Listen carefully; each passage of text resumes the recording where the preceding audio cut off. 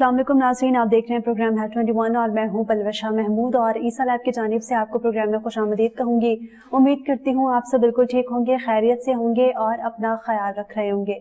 नाज़रीन, एक बार फिर से हम लोग प्रोग्राम में हाजिर हुए हैं सेम टॉपिक के साथ। दांतों की प्रॉब्लम्स क्या होती हैं और दांतों से रिलेटेड जितने भी प्रॉब्लम्स हैं हम लोगों ने एक सेगमेंट में डिस्कस कर लिए थे, लेकिन हम लोग एक बार फिर से हाजिर हुए हैं क्योंकि ये इतना वाइड टॉपिक है कि इसके लिए 20 से 25 मिनट काफ़ी नहीं थे, तो हमने सोचा कि एक और सेगमेंट रखा जाए सेम टॉपिक पे। जो क्वेश्चंस रिमेनिंग थे उन पे हम लोग बात कर सकें और दांतों के प्रॉब्लम्स क्यों होते हैं थोड़ा बहुत ऑब्वियसली डॉक्टर से सुन के मैं भी आपको बता देती हूँ कि हमारी डेली लाइफस्टाइल में हम लोग जो डाइट ऐड करते हैं या फिर जितना मीठा ज़्यादा खाते हैं उसकी वजह से हम लोगों को दांतों के प्रॉब्लम्स का सामना करना पड़ता है। इसके अलावा और भी बहुत सारी वजूहात होती हैं। इसी पर बात करने के लिए हमारे साथ स्टूडियोज़ में मौजूद हैं डॉक्टर हुज़ैफा शाहिद रज़ाक, जो कि ईसा लैब में डेंटिस्ट हैं। इसके अलावा क्लिनिकल लेक्चरर हैं जिना मेडिकल एंड डेंटल कॉलेज में। उनको वेलकम करना चाहूँगी। अस्सलाम वालेकुम डॉक्टर, कैसे हैं आप? वालेकुम सलाम, बिल्कुल ठीक ठाक, आप सुनाएं। अल्हम्दुलिल्लाह। डॉक्टर, मैं चाहूँगी कि आप मुझे दांतों के हवाले से ऑब्वियसली आगाह करें। स्केलिंग, पॉलिशिंग और जितनी भी नॉर्मल जो प्रॉब्लम होती हैं दांतों की और ट्रीटमेंट्स होते हैं वो बेसिकली क्या होते हैं?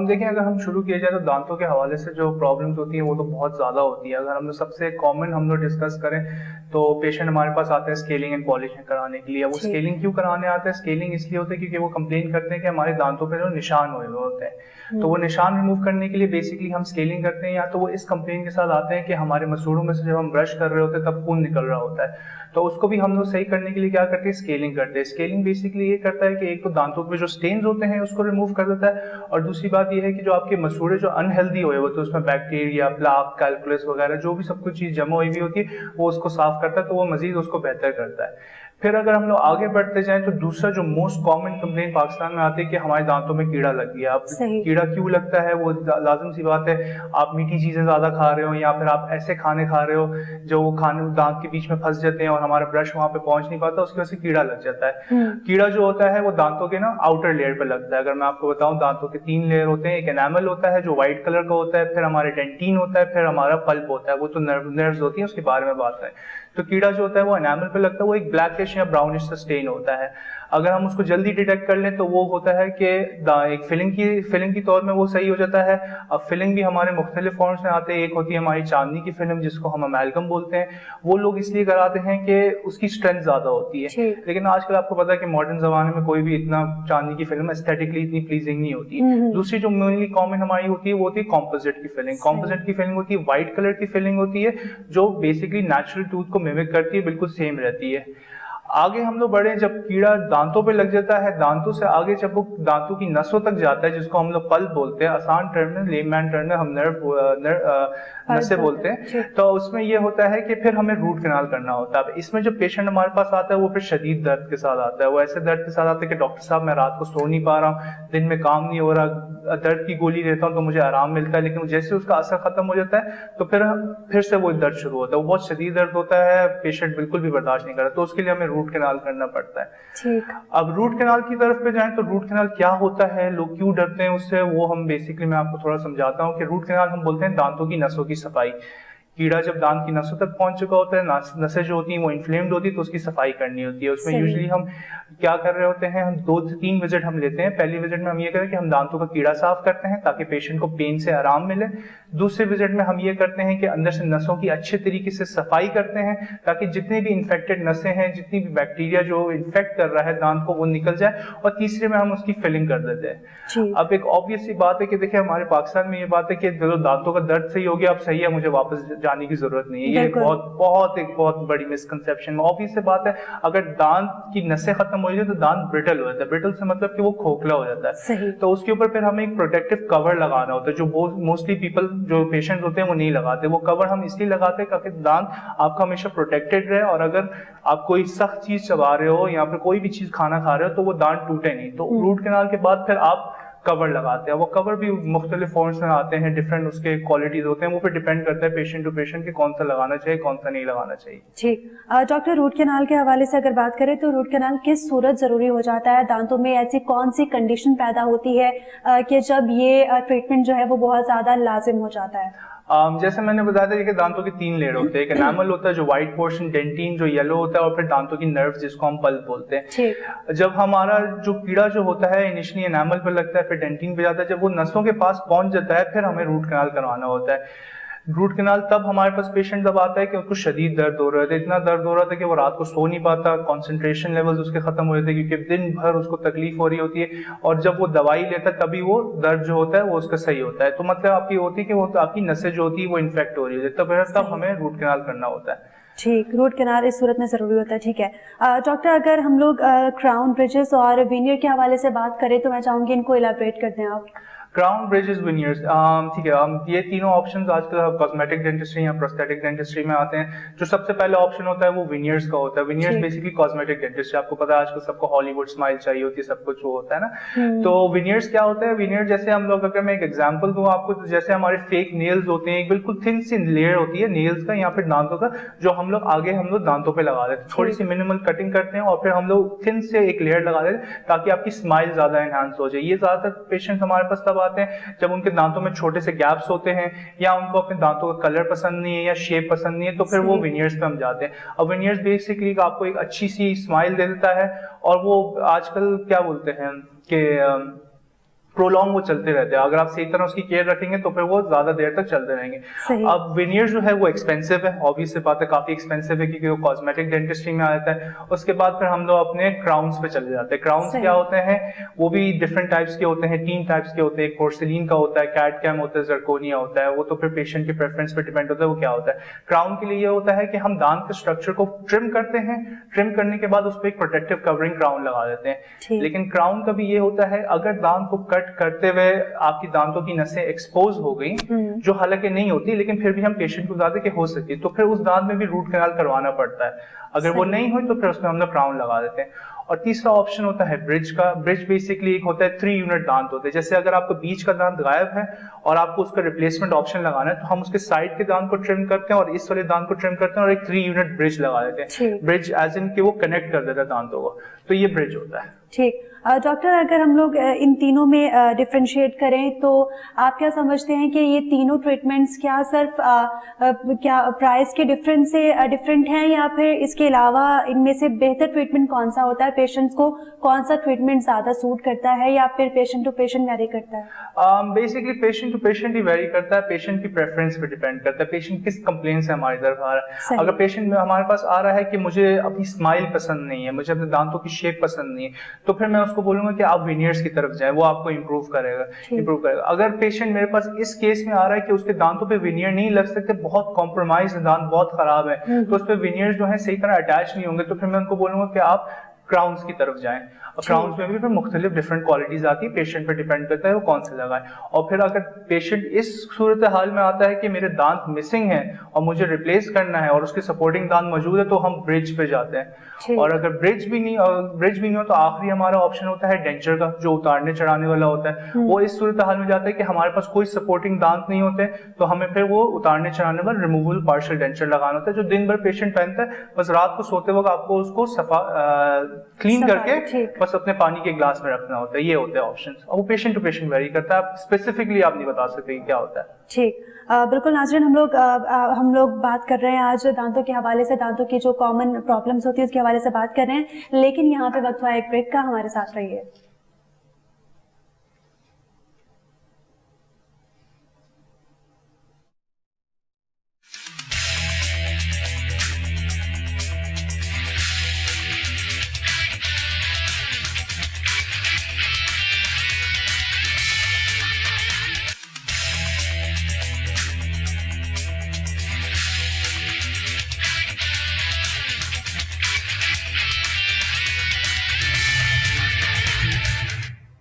नाज़रीन, हम लोगों ने क्राउन ब्रिजेस और विनियर्स के हवाले से डॉक्टर से सवाल पूछ लिया कि क्या होता है, ट्रीटमेंट्स क्या होते हैं। इसके अलावा पेशेंट टू पेशेंट वेरी करता है कि उनको कौन सा ट्रीटमेंट जो है वो सूट करेगा। लेकिन मेरा नेक्स्ट क्वेश्चन ये है कि कैपिंग क्या होता है? कैपिंग जो होता है वो बेसिकली ब्रिज ही होता है, एक मतलब कंफ्यूजन होती है। Capping is the same as crowns. उसमें यही होता है कि हम लोग जो होता है दांत का स्ट्रक्चर जो होता है हम थोड़ा सा छोटा करते हैं, उसको कट करने के बाद एक इंप्रेशन देते हैं, हम वो लैब भेजते हैं, फिर लैब से वो होता है कि वो क्राउन बन के आता है। अब क्राउन भी जो होता है वो डिफरेंट टाइप्स के होते हैं।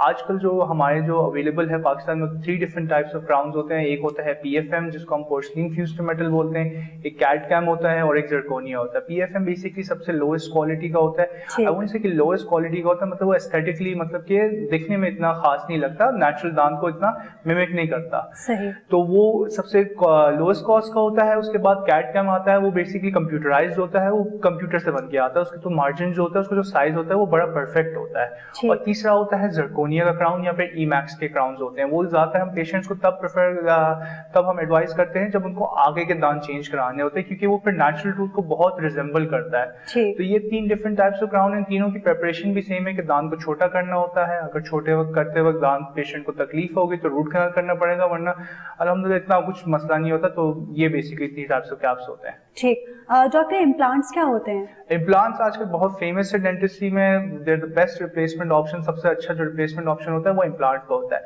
इसमें क्या होता है कि जब पेशेंट का जो दांत जब होता है कि वो निकल जाता है, तो हम पेशेंट को सबसे पहले इम्प्लांट का होता है कि ऑप्शन देते हैं। इम्प्लांट बेसिकली एक होता है कि एक स्क्रू होता है जो हम लोग आपकी बोन के अंदर ड्रिल करते हैं। तो वो बोन के अंदर ड्रिल करने के बाद उसके ऊपर थोड़ी सी बोन की प्लेसमेंट करके हम उसको पैक कर देते हैं और फिर उसके ऊपर हम कवर लगा देते हैं। इसमें ये होता है कि जो स्क्रू होता है वो आपका जो होता है, जो आपकी दांतों की जड़ें होती हैं उसको रेप्लिकेट करता है, आपकी हड्डी के लेवल को कम भी नहीं होने देता और आपके इर्द गिर्द के दूसरे के दांत को नुकसान भी नहीं पहुंचाता। क्योंकि जैसे मैंने पहले बात की थी कि हम लोग जो ब्रिज लगाते हैं तो हम लोग आगे पीछे के दांत जो होते हैं छोटे कर रहे होते हैं, हम लोग कॉम्प्रोमाइज कर रहे होते हैं उसमें। इम्प्लांट में ये होता है कि हम कुछ कॉम्प्रोमाइज नहीं कर रहे होते हैं, हम डायरेक्टली बोन के अंदर ड्रिल करते हैं, ड्रिल करने के बाद हम उस पर कवर लगा देते हैं। अब ये भी जो है ये 2 टाइप्स के होते हैं, या तो इमीडिएट होते हैं या फिर कन्वेंशनल होते हैं। इमीडिएट ये होता है कि हम उसी वक्त दांत निकालते हैं, हम इम्प्लांट को ड्रिल करते हैं और विद इन 1 वीक हम उस पर कवर लगा देते हैं। उसकी कॉस्ट जो होती है थोड़ी हाई होती है, ऑब्वियसली बात है। फिर उसके बाद हमारे पास कन्वेंशनल इम्प्लांट होता है, उसमें भी ये होता है कि हम लोग इम्प्लांट डाल देते हैं, लेकिन फिर हम 3 महीने तक वेट करते हैं ताकि उसके इर्द गिर्द जो है बोन फॉर्म हो जाए और फिर उसके बाद हम जाके उस पर कवर लगा दें। तो ये 2 टाइप्स ऑफ इम्प्लांट होते हैं। ठीक।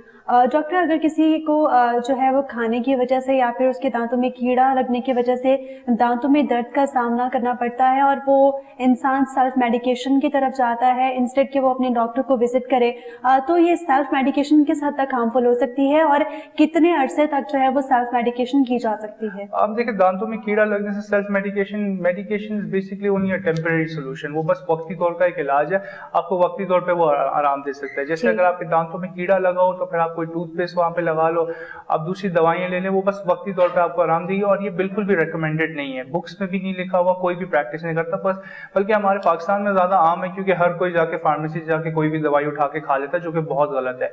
उससे ये होता है कि पेशेंट को वक्ती तौर पे आराम मिल जाता है और फिर वो डेंटिस्ट के पास आने से डिले करता है। अब वो जो चीज जो फिलिंग से सही हो रही थी वो फिर आगे बढ़ते बढ़ते फिर रूट कैनाल पे चली जाती है। अब जब रूट कैनाल पे जाती है तो ऑब्वियस सी बात है दवाई भी जो है वो भी 2 घंटे तक की असर देती है, कोई 3 घंटे तक की देती है और उसके बाद फिर से दर्द होने लग जाता है। तो उसके बाद फिर पेशेंट को रूट कैनाल कराना है। तो फिर रूट कैनाल जब कराते हैं तो वो ज्यादा इन्वेसिव प्रोसीजर है, ज्यादा मटेरियल लगता है, कॉस्ट उसकी ज्यादा, तो पेशेंट आगे से और परेशान हो जाता है कि इतना महंगा इलाज हम लोग क्यों कराएं। भाई इसलिए करवाएं, अगर आप पहले ही निगलेक्ट कर लेते, पहले ही हमारे पास आ जाते तो हम फिलिंग करके दांत को बचा लेते।